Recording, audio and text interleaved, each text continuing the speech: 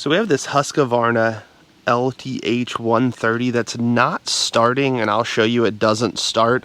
I don't think it's a battery, but we're going to test the whole thing to figure out exactly what's going on. It's in neutral, pushing the clutch down, and nothing. Keys in, nothing's happening. So let's go ahead and diagnose this, and then I'll show you the tools and the supplies I used at the end to go ahead and fix this.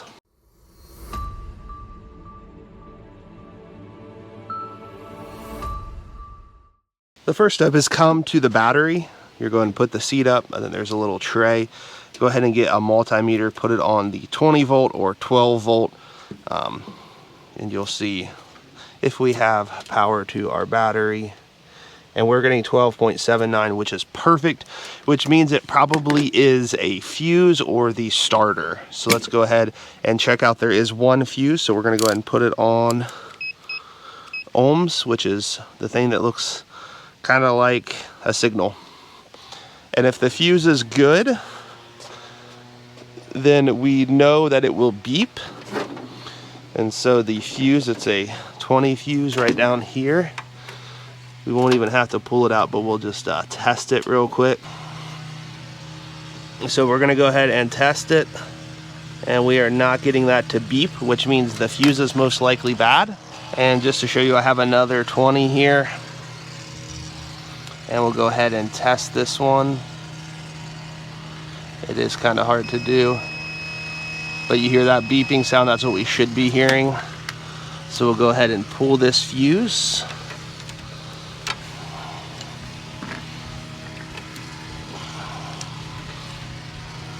We're gonna go ahead and look at the fuse, and it may be hard to tell on here, but it is broken, which means that fuse was not working. You can see it looks like it got kind of like caught fire almost. So we'll go ahead and put the other one in, and we'll go ahead and try to fire this up and see if it starts.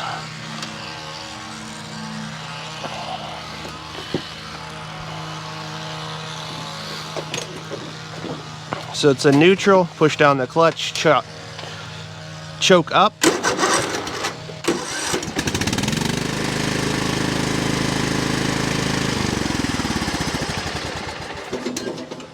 And that right there fixed it. All it was that little 20 amp fuse right there. So I hope this was helpful. If you do have any questions, go ahead and put them in the comment section below. I'll go over the tools that I used in just a second, and hopefully this was helpful to you.